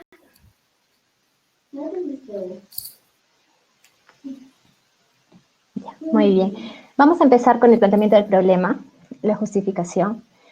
Premack y Woodruff acuñaron este término en 1978, definiéndolo como la habilidad que tienen las personas para poder entender y comprender los pensamientos, cognición, propósitos, creencias, intenciones y comportamiento de los demás. Sin embargo, Brotherton, McNew, Bigley-Smith, Wimmer y Perner introdujeron el concepto de teoría de la mente en la psicología. A partir de eso fue considerado como uno de los campos de investigación más estudiado, inicialmente en los adultos, pero después sería fundamental en el desarrollo social cognitivo infantil. Es muy importante que el progreso de la TOM sea adecuado desde los primeros años de vida. Le resalto que TOM es la abreviación de la teoría de la mente, que en adelante lo vamos a usar como TOM, puesto que este es un factor indispensable para que tanto las relaciones interpersonales como el desarrollo psicológico del niño sea adecuado. Actualmente existen diversas investigaciones de corte cuantitativo, las cuales han tenido como objetivo construir instrumentos que midan la TOM en poblaciones clínicas con distintos trastornos. Asimismo, existe una menor cantidad de investigaciones de corte teórico, en especial en español, que versen sobre esta variable. Hay distintos, la mayoría que hemos encontrado son en Latinoamérica, pero no han sido adaptados ni validados. Existen muy pocas investigaciones sobre la teoría de la mente en población infanto-juvenil. Es por eso que consideramos que la presente investigación tiene gran relevancia al brindar una revisión actual de la literatura sobre el funcionamiento de la TOM en dicha población. El objetivo de nuestra investigación fue revisar la literatura actual sobre el funcionamiento de la teoría de la mente en el desarrollo infanto-juvenil.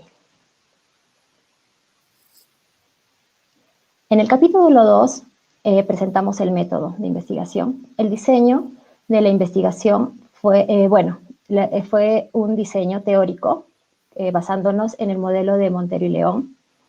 Los materiales se realizó una exploración virtual haciendo uso de distintos motores de búsqueda, como Google Académico, Redalyc, Dialnet, ScienceDirect y Cielo, utilizando las siguientes palabras claves: teoría de la mente, cognición social, niños, adolescentes, creencias falsas, empatía, neuronas espejo, lenguaje, esquizofrenia, síndrome de Down, TDAH, TEA, instrumentos de evaluación, trastornos del neurodesarrollo.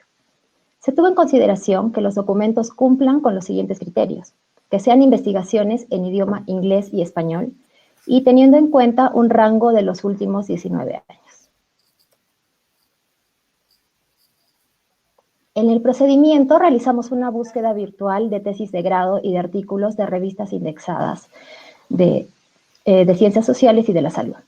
Nuestra base de datos fue, tuvimos 43 documentos encontrados en Google Académico, 18 documentos encontrados en Redalyc, 5 documentos encontrados en ScienceDirect, 4 documentos encontrados en Dialnet y 3 documentos encontrados en Cielo.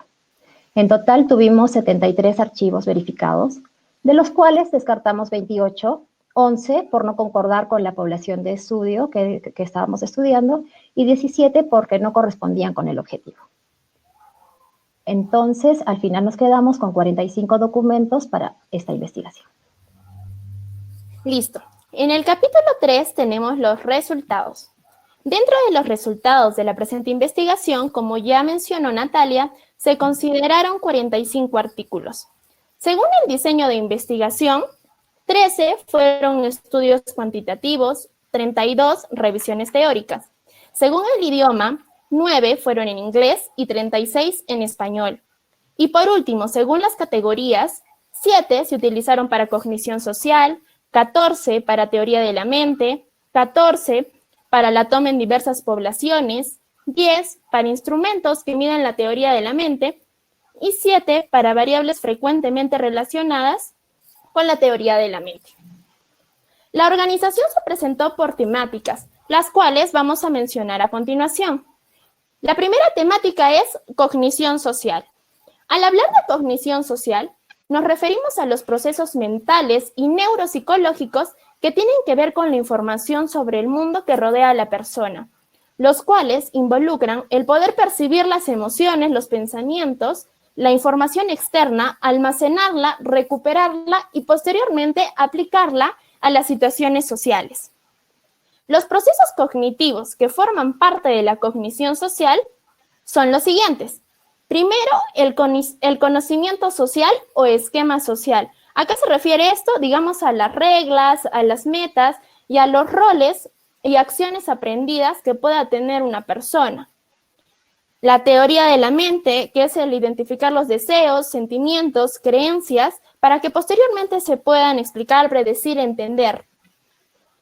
Después tenemos el procesamiento emocional, que se refiere a la utilización de nuestras emociones frente a la percepción de otras situaciones.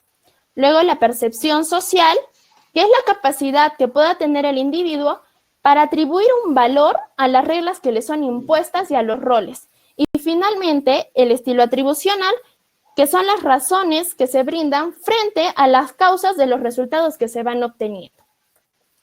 Posteriormente tenemos teoría de la mente.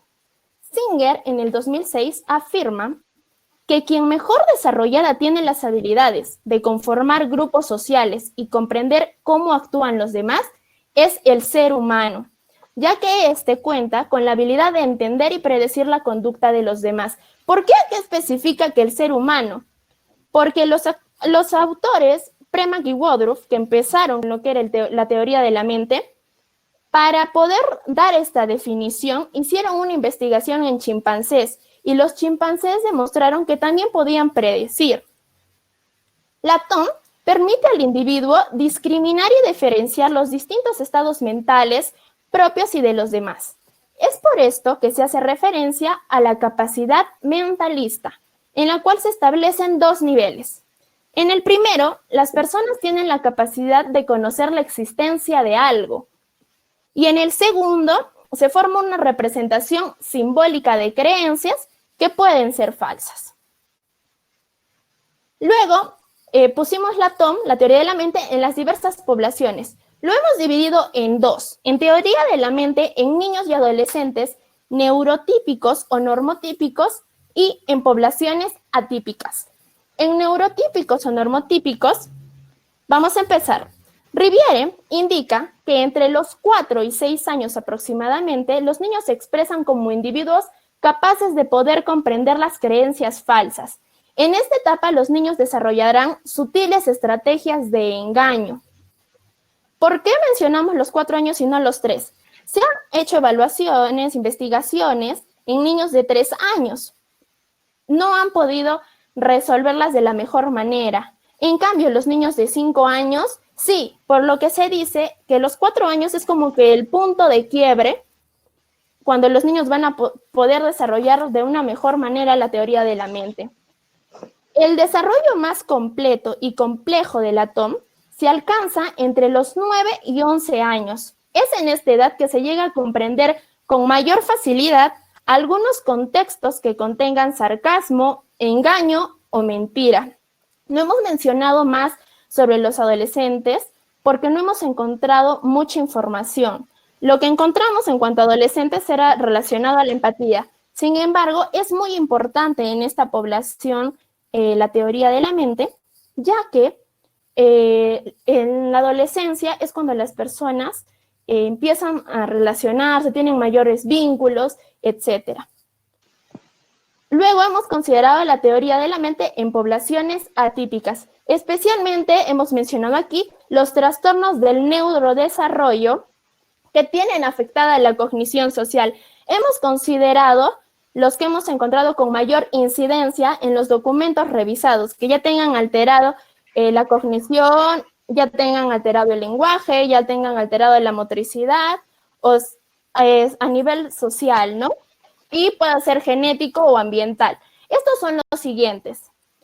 Hemos considerado el TEA, trastorno del espectro autista, el trastorno por déficit de atención e hiperactividad TDAH, la esquizofrenia y el síndrome de Down. Vamos a empezar por el TEA, ¿sí? Según Gorritz, los niños que presentan TEA tienen la dificultad de comprender los estados mentales de otras personas. Les cuesta ponerse en la situación de otra persona o ver sus intenciones. ¿Qué quiere decir esto? Por ejemplo, si un niño con TEA nos está contando una historia, la cuenta en reiteradas ocasiones y uno ya está aburrido, el niño no se da cuenta y sigue contando lo mismo. Luego, un niño con TEA es muy difícil que pueda entender el sarcasmo o una indirecta. Ellos son muy literales. Igual, si ellos intentan mentir, es muy difícil porque se les puede detectar una mentira con facilidad. Keiner propuso como rasgo primordial del TEA la imposibilidad del individuo para relacionarse de manera normal, tanto con las personas como con las situaciones que se le puedan presentar. Luego, seguimos con el trastorno por déficit de atención e hiperactividad. Pinera y Puentes en el 2013 indicaron que los niños que han sido diagnosticados con TDAH presentan algunos problemas en la teoría de la mente, al momento de atribuir falsas creencias. ¿Y en qué van a presentar dificultades? En la atención dividida y sostenida, en la inhibición conductual y finalmente en la memoria de trabajo. Luego tenemos la esquizofrenia. Presentan un deterioro en la TOM y en el procesamiento emocional las personas diagnosticadas con ello. Según Fritz, Ojeda, citado en Rodríguez, Ojeda y Rodríguez, no mantienen una correcta relación entre la acción y el propósito de dicha acción. Muchas de las manifestaciones psicóticas, tanto en el lenguaje como en el pensamiento, podrían ser resultado de la imposibilidad de entender los propios propósitos al actuar como los de los demás. Y finalmente, en el síndrome de Down, ¿qué es lo que se encontró? Que pueden confundir emociones positivas por negativas. Sin embargo, son totalmente capaces de valorar las emociones básicas. ¿Cómo se mide la TOM? Hemos considerado 6 instrumentos principalmente, ¿sí? Primero, el Hinting Task. El autor es Corcoran, Mercer y Firth. Este fue diseñado específicamente para personas diagnosticadas con esquizofrenia. Luego tenemos el test de la mirada o Reading the Mind in the Eyes, que los autores fueron Baron Cohen, Yolive, Mortimer y Robertson. El test de la mirada se basa en, ellos se basan en que la zona ocular es capaz de demostrar ciertos estados mentales.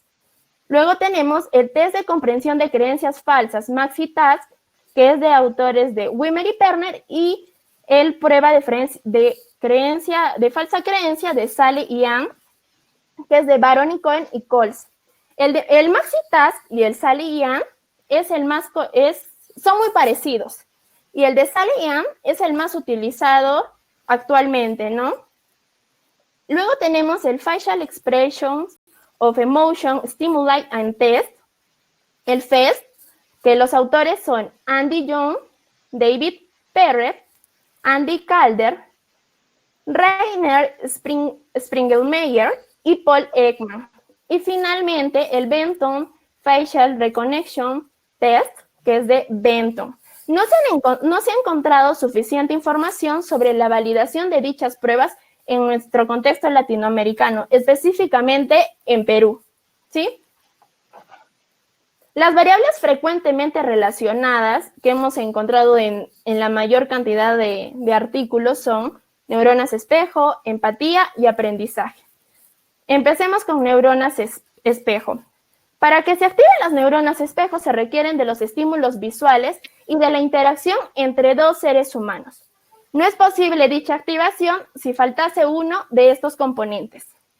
En cuanto a empatía, la teoría de la mente depende del lóbulo frontal y corteza prefrontal.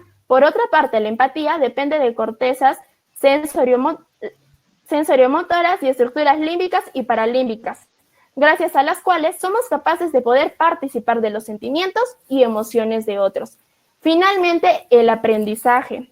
La teoría de la mente promueve aquellas habilidades con las cuales cuentan los niños para poder brindar explicaciones, las cuales al mismo tiempo le ayudarán a aprender de mejor forma el nuevo material que se le pueda presentar, ya sea proveniente de instrucciones dadas por el docente o de los textos escolares. Es sumamente importante en el aprendizaje, ya que hemos visto que está relacionado con el éxito que pueda tener un alumno. ¿Por qué?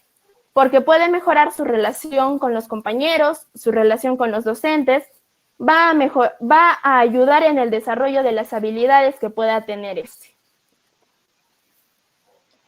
Bueno, para terminar, el capítulo 4 es la discusión.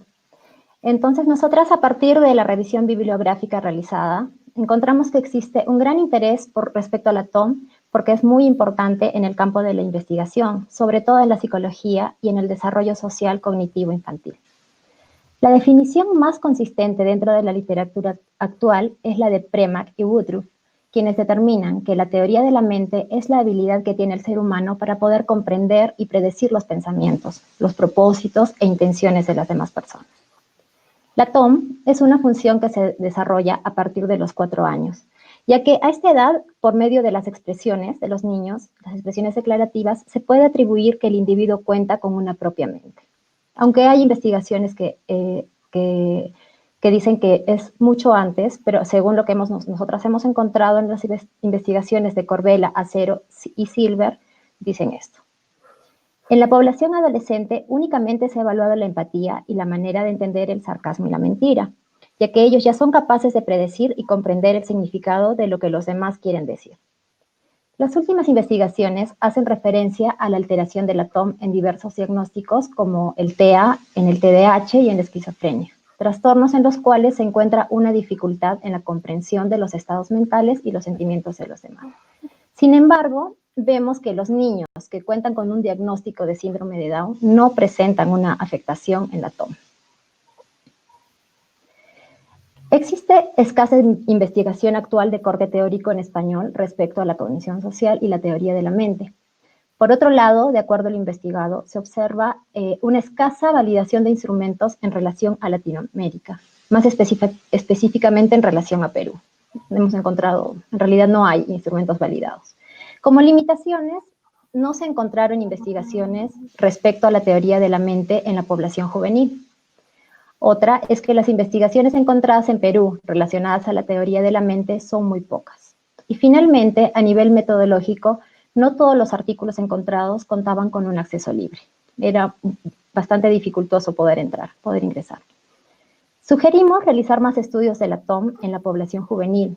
Asimismo, la creación de un modelo teórico explicativo sobre las características de la teoría de la mente en la población infanto-juvenil, la cual pueda dar pie a la elaboración de instrumentos adicionales a los ya existentes.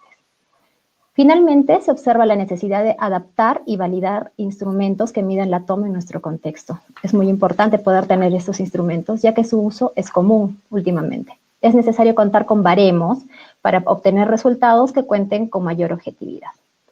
Muchas gracias. Y bueno, antes, al comienzo no se escuchó lo que yo quería decir, pero quería agradecer a la Escuela Profesional de Psicología por brindarnos esta oportunidad de poder exponer esta tesis de bachiller y también por el constante apoyo de nuestra asesora, la magíster Milagros Caguana. Muchas gracias. Bien, muchas gracias Adriana y Natalia. Vamos a dar paso entonces a Tomás Caicho, nuestro primer panelista, para que pueda hacer sus preguntas o los comentarios para ampliar el tema. Gracias. Sí, ¿cómo están? ¿Qué tal? Muy buenas noches. Buenas noches. Muy contento de poder escucharlas en este trabajo. ¿Sí? Bien, a ver, tengo algunas preguntas. Por ejemplo, creo que lo que mencionaron al final como limitación acerca de que los estudios o los artículos tenían pues problemas para poder acceder, ya, debería ser un criterio de inclusión, ya, es decir, que solamente tomar en consideración los que están en acceso libre, ya, donde pueden descargar todo el documento, creo que puede ser un criterio de inclusión importante, ¿no? Porque ahí te va a permitir, pues, revisar más a fondo el artículo, ¿no? Los que no se tienen acceso, pues de repente han tenido la dificultad de solamente ver el resumen o leer el resumen, ¿no? Entonces, ahí es un punto a tener en consideración. Dos, justo yo iba con esto del punto de quiebre de los 4 años que mencionaban, ¿ya? No soy un experto en teoría de la mente, ¿ya? Pero ustedes mencionaban que generalmente se considera que los 4 años es el punto inicio, ¿no? Pero otros estudios pues consideran que puede ser antes, ¿no? Que puede ser a los 3 años o incluso antes. Ahora, ¿por qué esta divergencia entre que han revisado los estudios? Porque me imagino que han revisado, pues, digamos así, artículos que apoyan los 4 años o artículos que de repente sugieren los 3 años. ¿Por qué esta divergencia entre 4 y 3? ¿Hay algo en particular de los estudios que dicen que puede ser a los 3 años, no sé, teóricamente o metodológicamente, o hay algo en particular de los estudios de 4 años?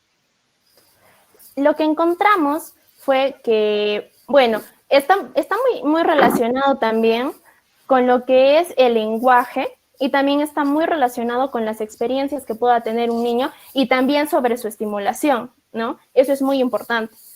Lo único que pudimos encontrar fue que a los 3 años las investigaciones que habían tomado diferentes test en los niños de 3 años era que no respondían de manera acertada.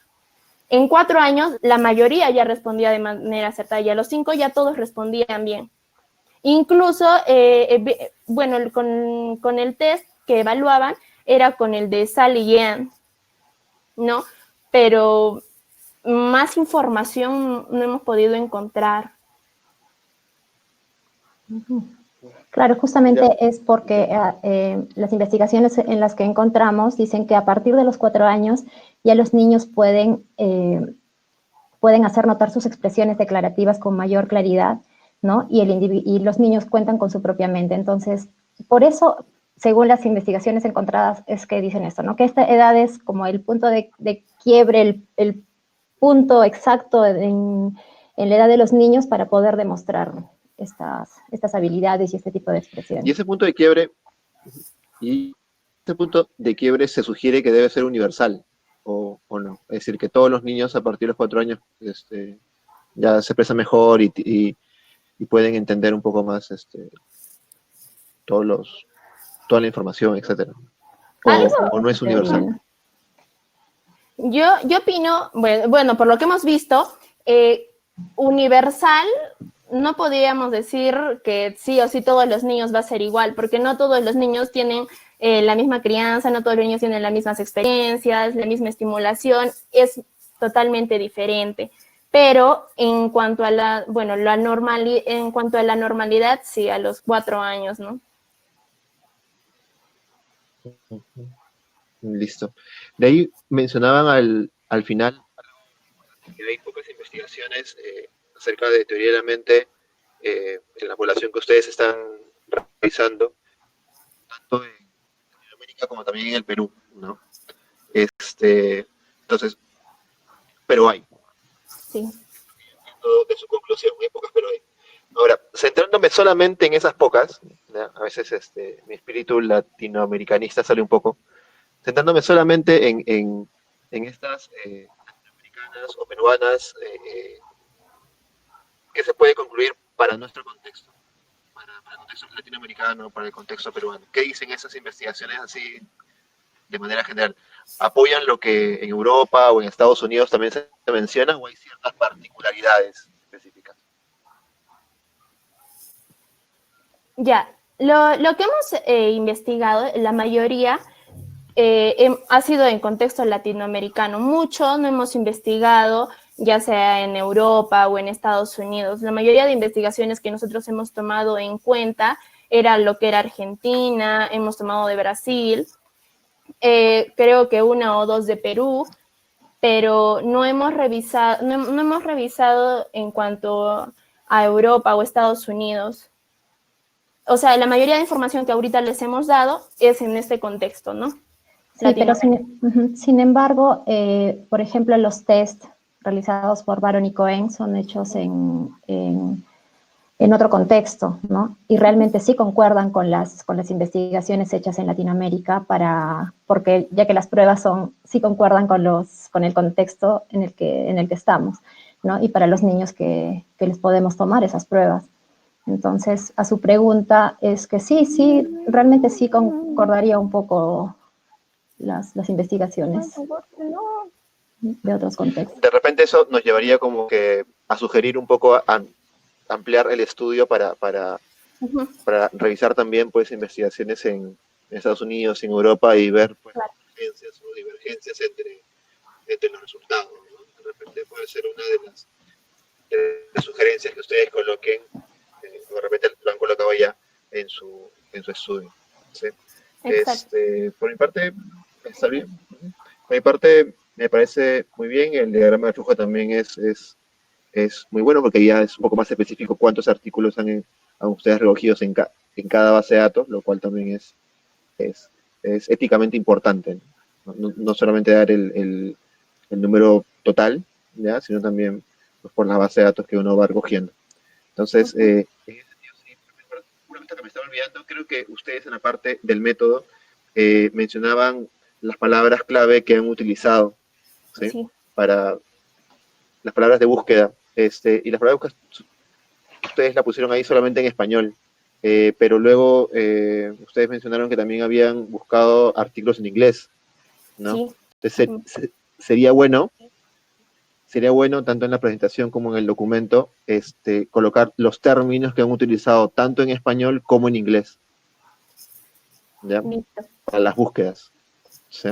Porque es una cuestión pues de traducción nada más, pero que considero importante, ¿ya?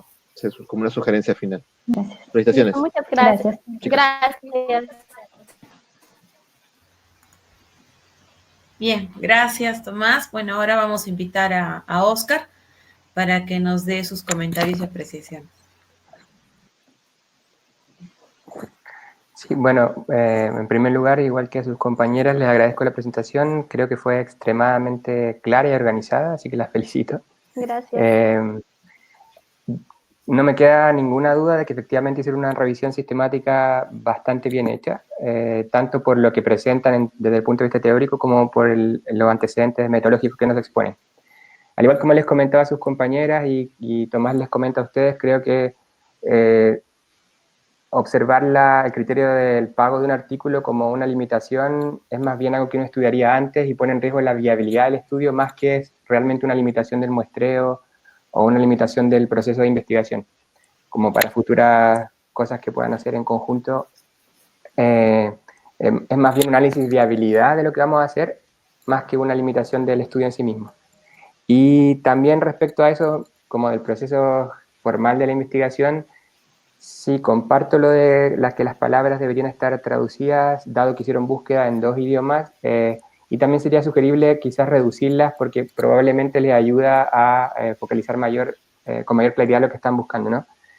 Y ahí creo que algo que se me escapó decirle a sus dos compañeras previas, pero no sé si estarán en la audiencia, es que también es interesante que algunas veces van a reportar algunas limitaciones que están dadas por el proceso de muestreo más que porque no hayan encontrado estudios o se carezcan de estudios, porque hoy día, en la actualidad, a propósito de la misma práctica investigadora, la mayoría de las y los investigadores no está publicando mucho en las bases de datos que ustedes revisaron. ¿Sí? Hay mucha más publicación en WOS o en Scopus, sobre todo en temáticas que están relacionadas de alguna manera con las neurociencias.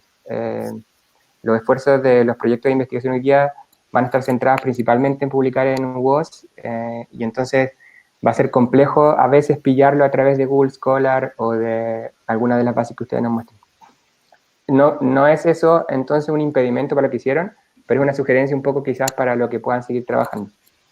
Porque insisto, para que no se entienda mal, creo que el trabajo estuvo súper bien hecho y explicado. Gracias. Quiero hacer una pregunta general a ambas, porque ustedes hacen un hincapié importante en la utilización de test o pruebas para poder evaluar la teoría de la mente en niños y en niñas. Entonces, como como profesionales, me gustaría saber qué opinión les merece eso, la utilización de pruebas para evaluar un constructo que es complejo. Yo opino que sí, puede ser una herramienta, pero no algo que sea definitorio, ¿no? Para un diagnóstico. Y creo que eso sí se hace, ¿no? Digamos, es como que para hacer una evaluación previa, acá usualmente se suele tomar el de Sally Young, le toma y luego ya se hace una evaluación más profunda. Y creo que eso debería de ser en todos los campos, ¿no? Porque solo basarme de las respuestas o de algo de un test, para mí no sería algo ético, ¿no? Claro, y principalmente en la observación, ¿no? La observación es lo básico en este tipo de evaluaciones. Observar primero cuál es el comportamiento del niño, cómo se comporta, cuáles son sus reacciones. Y como dijo Adriana, el test es solo una herramienta, es solo un apoyo para poder verificar cualquier diagnóstico que podamos dar. Bueno, comparto eso, ¿no? Y ahí también es interesante que en psicología ya creo que en psicología en psicología en general estamos un poco atrasados con algunas otras disciplinas respecto a cómo evaluamos las pruebas, ¿sí? Ya hace más de 60 años el paradigma de cómo se estudia un test cambió, que ha sido muy poco aplicado a psicología, entonces seguimos hablando si el test es válido, si el test está adaptado, si existen baremos, lo que efectivamente no habla realmente del rendimiento de las personas, sino que habla de la prueba en sí misma. Entonces yo las invito también a ustedes y a sus compañeros y compañeras a intentar pasar, cuando hablemos de prueba, como estudiamos las pruebas en psicometría, a pasar a un paradigma contemporáneo de validez que un poco evalúe el test desde si cada uno de los ítems aporta a la decisión que voy tomando. Entonces, por ejemplo, como ustedes bien dicen, el hinting task, si está adaptado o validado para población que presenta esquizofrenia, no debería ser utilizado en ninguna otra población mientras no se compruebe que su estructura factorial es adecuada, etcétera, etcétera. Y eso en psicología está bastante al debe, entonces es más bien una invitación a que si en el futuro se dedican a esto o les interesa el trabajo con pruebas psicométricas, traspasarse ya del paradigma clásico de psicometría, que es que si el test es válido, si el test es confiable, porque hay que reunir diversas evidencias de validez para tomar decisiones, más que por el test en sí mismo, ¿no? Porque esa mirada clásica no permite decir de manera clara cuál es el nivel de rasgo de cada sujeto. O sea, por ejemplo, ustedes dos, nosotros tres, podemos tener podemos tener los tres un puntaje de 5 en una prueba, pero eso no nos habla directamente del perfil de rendimiento, del nivel de rasgo que cada uno de nosotros presenta, es más bien una métrica sobre una escala que ha sido estandarizada, etc. Y lo otro que es interesante de lo que presentan es que, como ustedes nos dicen, claro, hay algunos aspectos neuropsicológicos que se ha estudiado que las personas con dificultad de teoría de mente pueden desarrollar, y por lo tanto las pruebas están pensadas principalmente en evaluación de conductas que implican la interacción social, como la mentira, el sarcasmo, la ironía o las falsas creencias. Y ahí las historias de Baron Cohen, como ustedes bien dijeron también, son las más utilizadas. Entonces, quizá yo les sugeriría que en la presentación de esto, o si siguen trabajando en el tema, también puedan clarificar con mayor detalle cuál es la relación entre el desarrollo de la teoría de la mente y el lenguaje y la actividad práctica de una persona. Porque estos territorios cerebrales que ustedes reportan como parte de la red neuronal de la cual depende la teoría de la mente, inicialmente están más involucrados en actividad práctica, estoy hablando 1, 2, 3 años, meses, más que en actividades lingüísticas o ejecutivas. Entonces se ha visto un montón de desarrollo teórico y empírico sobre cómo el desarrollo de la praxia y del lenguaje, por supuesto, está relacionado también con el desarrollo de la teoría de la mente. Y por eso quizás también está este criterio de los 4 o 3 años a propósito de las habilidades lingüísticas de una persona en ese nivel. ¿Y qué más? Nada, y lo otro importante, sí, esto sí, que quizás también si hubiesen podido explorar en otras bases de datos, hoy día, a propósito de lo que hablábamos de los test, hay procedimientos o aproximaciones metodológicas de evaluación que están utilizando herramientas como el seguimiento ocular o como la electroencefalografía de matriz densa para ver la actividad cerebral más de estas personas que podrían presentar problemas de la teoría de la mente, porque esto ha permitido esclarecer algunas como mitos asociados un poco también a lo que ustedes decían. No todas las personas con teoría de la mente tienen problemas en las habilidades sociales, a propósito de que algunas personas tienen problemas en el reconocimiento de la emoción, y otras personas no es que tengan el problema, sino que tienen un problema en el patrón de búsqueda visual de otra cara. Entonces, estos nuevos tipos de investigaciones han permitido resolver esa duda, ¿no? Porque hay perfiles diferentes de personas con problemas de teoría de la mente, y no solamente como lo clásico. Evidentemente, lo que ustedes han hecho una revisión bibliográfica, y como está tan bien hecha, solamente les sugiero que puedan incluir estos otros aspectos que también podrían complementar a la exposición que ustedes den en el futuro a compañeros, compañeras, población general, etc. No tengo mucho más que decir porque, insisto, creo que estuvo bien redondo y bien armado lo que presentaron. Así que muchas gracias. Muchas gracias. Muchas gracias a usted.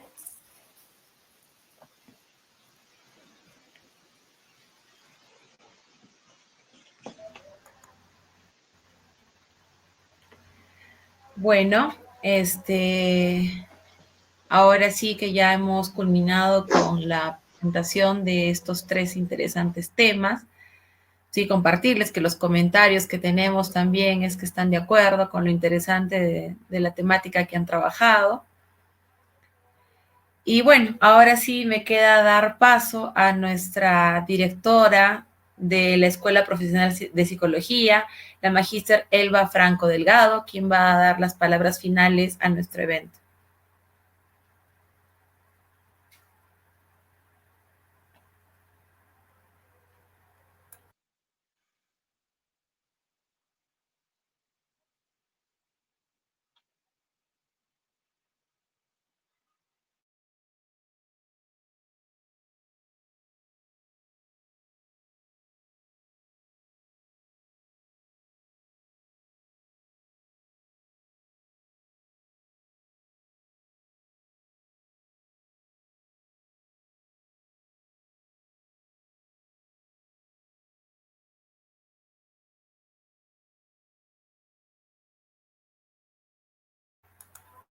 A ver, esperemos un momentito que Elba ya está ingresando.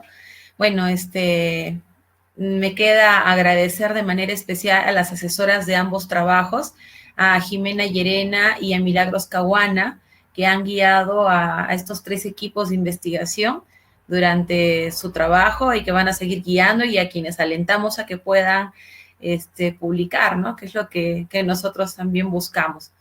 Quiero agradecer de manera muy especial a Tomás y a Oscar, que nos han acompañado en este evento. Cuando nos hubiera gustado estar todos juntos físicamente, pero ya habrá oportunidad. Pero qué bueno que a pesar de las dificultades podamos estar juntos en medio de estas circunstancias, ¿no? Y seguir apoyando el tema de la investigación, que es lo que a todos nos interesa.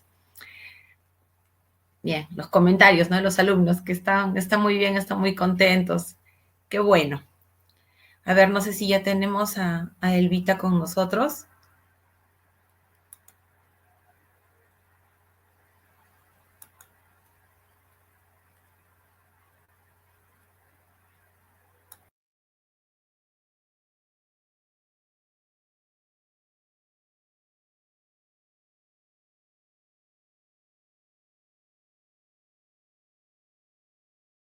No, creo que ya la tenemos.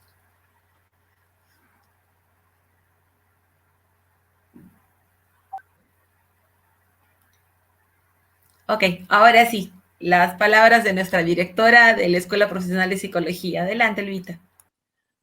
Hola, Gavisita, muy buenas noches con todos. ¿Se me escucha bien? Sí, Elvita, se escucha bien. Muchas gracias, Gavisita. Muy bien, para mí ha sido todo un gusto y un honor escuchar a cada una de las presentadoras con esa disertación tan clara, tan amplia, ¿no? De cada una de las investigaciones realizadas. Me toca a mí compartir, ¿no? un recuerdo que ya desde el año 2015, pues la universidad viene compartiendo con la comunidad universitaria y también con la comunidad arequipeña un evento de cultura llamado Universitas.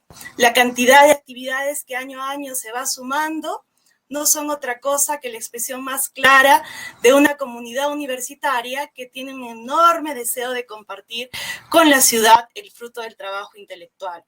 fruto que integra la fe, fruto que integra la razón y, por supuesto, fruto que integra el corazón. Es a través de las jornadas académicas, como la que acabamos de vivir en este preciso momento, ¿sí?, que el Departamento de Psicología va posicionándose en un lugar ya de tradición y de reconocimiento por el cuidado, el esmero en cada detalle de esta revisión, de este proceso científico, que nuestros alumnos, nuestros egresados, ponen en cada una de las investigaciones, que ya desde muy tempranos semestres empiezan a vislumbrar en estas jóvenes y maravillosas mentes, y que al llegar ya a los semestres superiores, como bien lo han comentado, tesis para bachillerato, ¿no?, el trabajo de investigación para bachillerato, se van convirtiendo y tomando forma en investigaciones de alta calidad, ¿no? Y van, por tanto, cumpliendo con su labor, que es generar un nuevo conocimiento.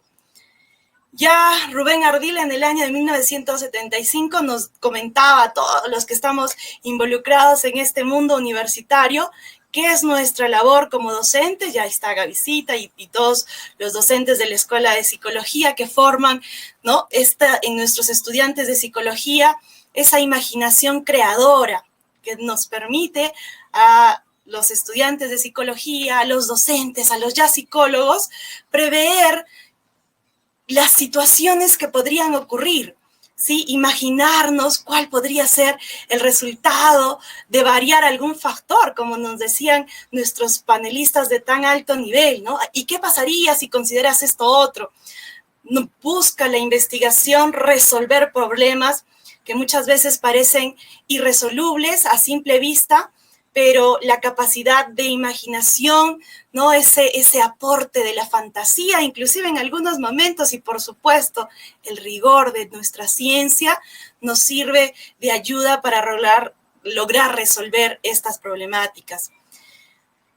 Por tanto, para nosotros, docentes, ¿no?, y aquí en calidad de directora de la Escuela Profesional de Psicología, y hoy representando, ¿no?, a nuestra directora de departamento, la doctora Lorena Díaz Canseco, pues podemos señalar que este espacio de las jornadas académicas buscan definitivamente despertar esa imaginación, tanto en nuestros docentes, tanto en nuestros alumnos, y que me viene a la mente algo de esa palabra, de un dibujo animado de mi época, ¿no?